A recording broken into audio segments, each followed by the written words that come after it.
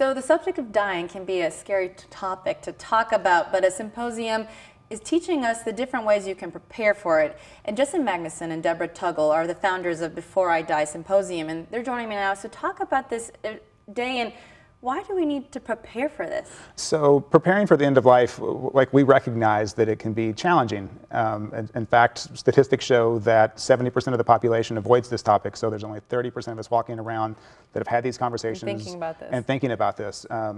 Before I Die Fest and the symposium was founded by myself, Debbie, and our friend Kel McBride.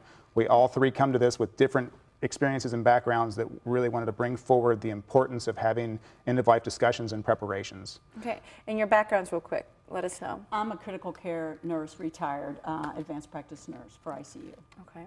And my background is as I was a healthcare surrogate for my grandmother when I was 25, and I became a hospice volunteer. And so who should be going to this? Like what age is it? Who is it? Any age, honestly. I mean, a lot of times people don't think about it until they get more into my age group, but really and truly the sooner the better, because if nothing else, younger people can help their parents address the topic, because it's very hard on families when there's not a plan. And is that we're talking about like a plan maybe? So everything from having a conversation about your healthcare wishes to thinking about how you'd like to be remembered to we have a panel discussion on caregiver self-care, in-home health, really thinking about the full spectrum of what do I need to be talking about, who do I need to be knowing about in our community. I think too many families get into these situations at the last minute, and then they're scrambling to find resources. They're scrambling to, like, what would grandma really want? Or what would mom and dad want? Or somebody has an accident and they're really young and it's like, oh my gosh, this was unexpected.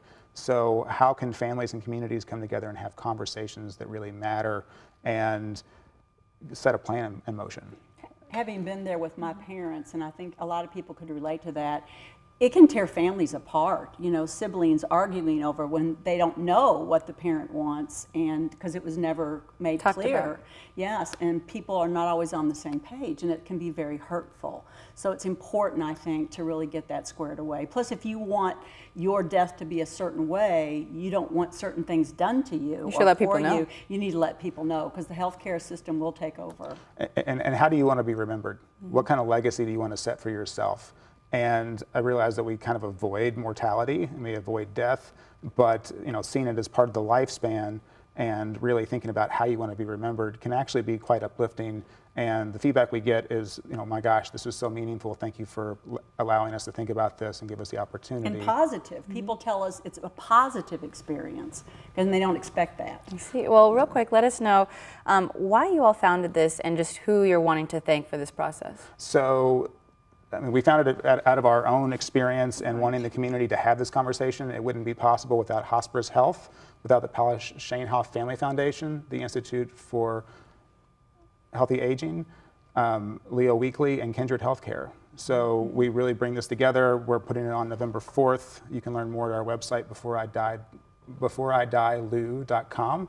And we have sliding scale for seniors and under 35, and we also have some limited scholarships. All right, well, thank you guys so much for joining us.